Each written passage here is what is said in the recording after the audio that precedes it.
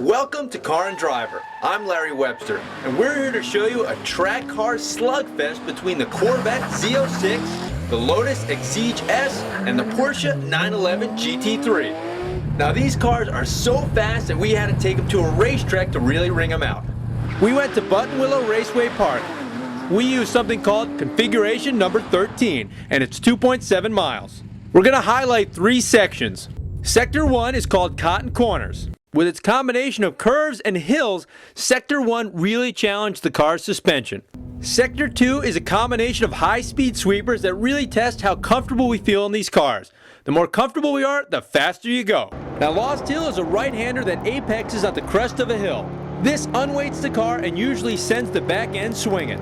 The first car is America's performance bargain of the decade. The Corvette Z06. It's packing 505 horsepower for 70 grand. This one's going to be tough to beat. And next we have the Lotus Exige S, which thanks to a supercharger finally has the horsepower that this excellent chassis deserves. And finally, we have the Porsche 911 GT3. With an as-tested price of 120 grand, it was the most expensive by far. But among the 911 range, the GT3 is the one car you want when you're at the track.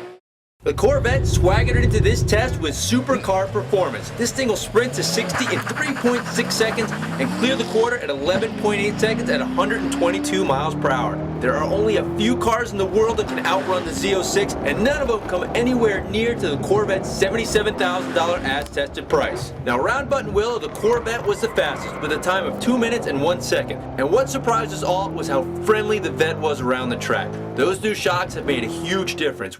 The Lotus's big strength is the feedback. This car tells you exactly what's going on, it makes you feel completely comfortable, and it never does anything you didn't expect. You find yourself taking quarters 5 to 10 miles per hour quicker than in most other cars. The one problem is short on refinement. The supercharged engine that's right behind the seats is awfully buzzy, and inside this thing, it is a noise chamber. Even though 220 horsepower still feels like plenty in the 2,000-pound Exige, it just doesn't have enough to compete with the other two. The 911 GT3 has a magnificent flat six engine. This thing revs to 8,400 RPM, it makes 415 horsepower, and it makes the best sound this side of a Ferrari. It's wearing Michelin Pilot Sport Cup tires, which are super grippy tires. Now, the 911 GT3 was only a half second behind the Corvette, but the problem that we found was it was a little bit too loose, it slid a little bit more than we wanted, and it didn't really display the grip we expected from its 1.05G figure it made on the skid pad. Where the Porsche excelled is in the handling department. The brakes are spectacular. It hauled it down from 70 miles per hour in only 145 feet, and it pulled the best number on the skid pad, 1.05 Gs.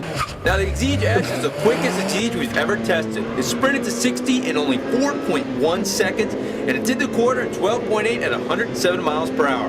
The Exige was the ace of the lane change test. It went through our course in 75.8 miles an hour, with a big lead over the other two. Now, I've already mentioned how quick the Corvette is. Now you gotta drive this thing to feel that explosive power the engine generates. It's a light car, it's only 3,180 pounds, and therefore it stopped from 70 miles per hour and 153 feet. That's 1 foot less than the little Lotus. At the end of the day, we practically had an office room brawl trying to figure out the winner of this one. It was fairly obvious that the winner was between the Corvette and the 911. Those in the Porsche camp said there's no better thrill than accelerating the 911 to its 8,400 RPM redline. The Corvette guy said, hey, this is a track car comparable, and the Vet is faster. Plus, it's 40 grand cheaper. We debated some more, and then we finally emerged with the winner, the Corvette, by a scant 1 point.